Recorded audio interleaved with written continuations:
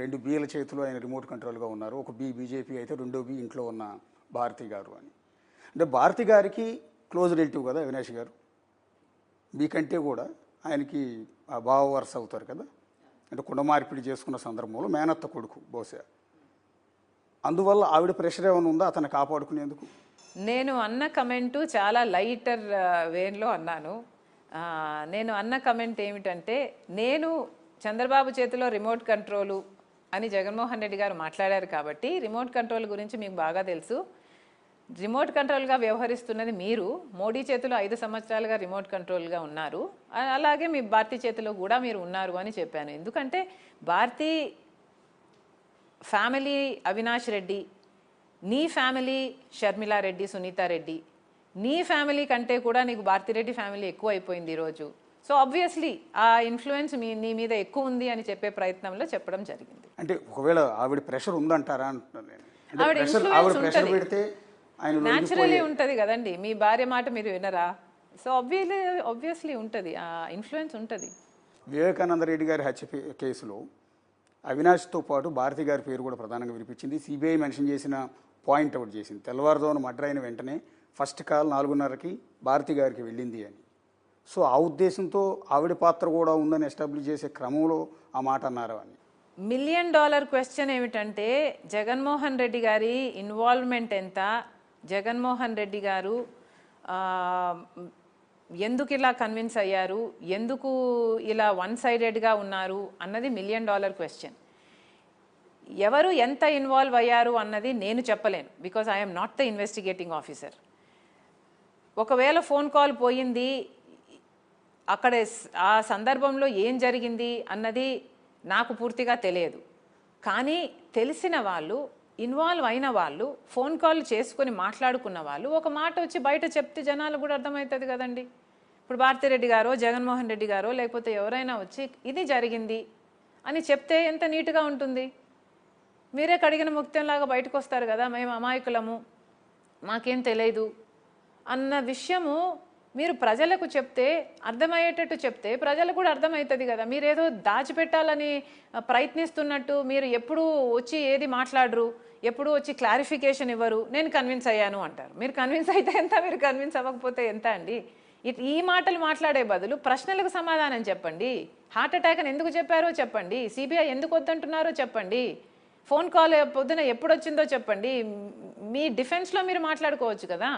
మీరు ఇందాక అన్నారు మనం కూర్చున్న చోటే, ఇదే చోట వివేకానంద రెడ్డి గారు మెంటాలిటీస్ అనుకోవాలి.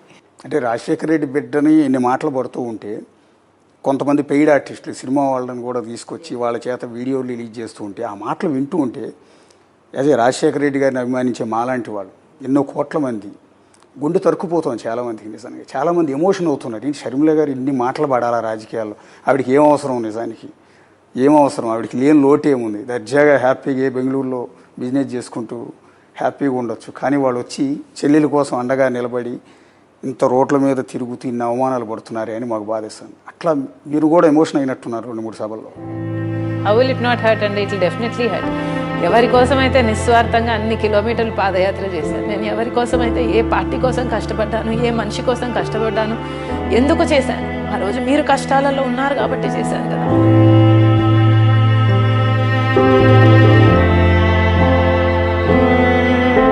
అంతగా కష్టపడి అంత త్యాగం చేస్తే కూడా, నా బిడ్డలను సైతం పక్కన పెట్టి, నా ఇంటిని సైతం పక్కన పెట్టి అంత త్యాగం చేస్తే కూడా మీకు ఈరోజు అదే కాదు, ఏది గుర్తులేదు. అసలు చెల్లెలన్న విషయం కూడా గుర్తులేదండి. It's sad, it's very sad. ఏ చెల్లెలకి రాకూడని కష్టం కదండి ఇది. ఏ అన్నా కూడా ఇలాంటివి చేయకూడదేమో. బహుశా ఒకవేళ ఆయనకి తెలియకుండా జరిగితే దాన్ని ఇమీడియట్గా కట్ చేయాల్సిన పరిస్థితి కూడా ఉంటుంది కదా. నా చెల్లెలు, నా రక్తం పుంజు పుట్టిన చెల్లెలు రాజశేఖర రెడ్డి బిడ్డని ఎలా అంటున్నారు ఏంటని ఒక అన్న ఖచ్చితంగా కంట్రోల్ చేయాలి. కంట్రోల్ చేసే పరిస్థితి కూడా ఎక్కడ కనిపించలేదు కదా. ఎక్కడ కనిపించలేదండి. అసలు కేసీఆర్ నా వెహికల్ను టో చేసినప్పుడు కూడా మోడీ గారు అడిగారంట ఆయనని, కానీ ఈయనలో చలనం లేదు. అంత బండరాయిలాగా తయారైపోయాడు.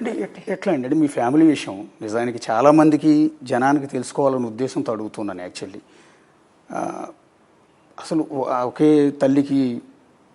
తల్లి కడుపును పుట్టిన అన్నా చెల్లెళ్ళు కలిసి పెరిగారు, కలిసి ఆడుకున్నారు, కలిసి చదువుకున్నారు. సరే పెళ్ళి అయిన తర్వాతో లేకపోతే పిల్లలు పుట్టిన తర్వాతో ఫ్యామిలీస్ కొంత మీరు బయటకు వెళ్ళి ఉంటారు. కానీ ఎందుకండి అంత సొంత చెల్లెల మీద అన్న ఇంత దారుణంగా బిహేవ్ చేయాల్సిన అవసరం ఏంటి? రాజకీయం అనేదంతా తెలియదండి. అదే నాకు కూడా అర్థం కాని విషయం. అధికారంలోకి రానంత వరకు జగన్మోహన్ రెడ్డి జగనన్న, అధికారంలోకి వచ్చాక ముఖ్యమంత్రి Jaganmohan Reddy is a different person. అసలు నేనే గుర్తుపట్టలేకపోయాను. ఒక్కొక్కటి ఆయన చెప్తున్న మాటలైతేనేమి, ఆయన చేస్తున్న పనులైతేనేమి అసలు నేనే గుర్తుపట్టలేనంత స్థితిలో తయారయ్యారండి. It was shocking. ఎందుకు చెల్లెల్ని దూరం పెట్టారు అని నిన్న ఒక నేషనల్ మీడియాలో ఒక రిపోర్టర్ లేడీ మహిళా యాంకర్ అడిగిన ప్రశ్నకి జగన్ గారు ఇచ్చిన ఆన్సర్ ఏంటంటే, ఒక జనరేషన్ నుంచి ఒక ఫ్యామిలీ నుంచి ఒకరికి మాత్రమే రాజకీయ వారసత్వం ఉండాలి అని. అది నేను మాత్రమే ఉన్నాను, నా చెల్లెలు రావటం నాకు ఇష్టం లేదు. ఒకే ఫ్యామిలీలోంచి వస్తే నెపోటిజం లేకపోతే ఇంకొకటి రేపొద్దున ఆవిడికి నేనేదో మెయిల్ చేస్తే మళ్ళీ కుటుంబ రాజకీయం చేశారని నా మీద ఆరోపణలు చేస్తారు కాబట్టి నేను షర్మిల దూరంగా ఉంచానంటున్నారు. రాజశేఖర్ రెడ్డి గారి తమ్ముడు వివేకానంద రెడ్డి గారు రాజకీయాల్లో లేరా అండి? రాజారెడ్డి గారు రాజకీయాలలో లేరా అండి? ఆ జనరేషన్ అటు పెడితే ఇప్పుడున్న జనరేషన్లో జగన్మోహన్ రెడ్డి గారితో పాటు అవినాష్ రెడ్డి గారు లేరా అండి? వైవి సుబ్బారెడ్డి గారు లేరా అండి? విజయమ్మ గారు లేరా అండి? వైవి సుబ్బారెడ్డి గారి ఏమంటారు చెల్లెలు భర్త లేరా అండి? ఇలా ఎంతమంది లేరండి? బంధువులుగా ఉన్నవారు ఎంతమంది లేరు? లేనిది నేను ఒక్కదాన్ని. బట్ పర్వాలేదు, నేనేమి ఆయనకు ఎప్పుడూ ఇష్టం లేదు నేను రాజకీయాల్లో ఉండాలి అని.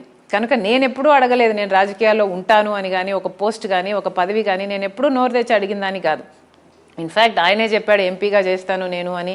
అమ్మకు మాటిచ్చాడు కాబట్టి అమ్మే అప్పుడప్పుడు అడుగుతూ వచ్చింది తప్పితే నేను ఎప్పుడూ నోరు తెరిచి అడగను కూడా లేదు నాకు ఇది కావాలి అని.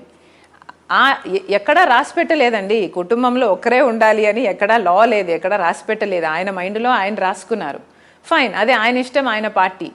కాకపోతే ఇదేదో నేను ఇన్సిస్ట్ చేశాను అందుకు ఈ డిఫరెన్సెస్ వచ్చాయి అన్న ప్రచారం చేయడం is not right, because that is not what happened. అంటే చంద్రబాబు రేవంత్ రెడ్డి కలిసి మీకు ఏదో రాజ్యసభ సీట్ ఇస్తా అన్నారు, లేకపోతే ఇంకో పదవి ఏదో ఇస్తా అన్నారు, అందుకని ఆమెను తీసుకొచ్చి వ్యూహాత్మకంగా నా మీద, నా చెల్లిని నా మీదే ప్రయోగిస్తున్నారు.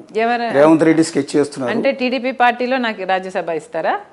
కాంగ్రెస్ పార్టీలోనో లేకపోతే టీడీపీలోనో మీకు కోరినట్టుగా రేపొద్దున అవసరమైతే అక్కడ ఉన్న రేవంత్ రెడ్డి, ఇక్కడ ఉన్న చంద్రబాబు కలిసి మీకు రాజ్యసభ లేకపోతే ఇంకోటో. చంద్రబాబు గారి పిచ్చి పట్టిందేమో అని నాకు ఒక చిన్న అనుమానంగా ఉందండి. Because Jaganmohan Reddy is so obsessed with Chandrababu గారు. చాలా డిల్యూషనల్గా ఆలోచనలు చేస్తున్నారు. చంద్రబాబు గారు నన్ను కంట్రోల్ చేస్తున్నారట, చంద్రబాబు గారు సునీతను కంట్రోల్ చేస్తున్నారట, న్యాయం కోసం పోరాడుతుంది తనకు కంట్రోల్ చేస్తున్నారు. చంద్రబాబు గారు రేవంత్ రెడ్డి గారిని కూడా కంట్రోల్ చేస్తున్నారట. చంద్రబాబు గారు ఆఖరికి మోడీని కూడా కంట్రోల్ చేస్తున్నారు.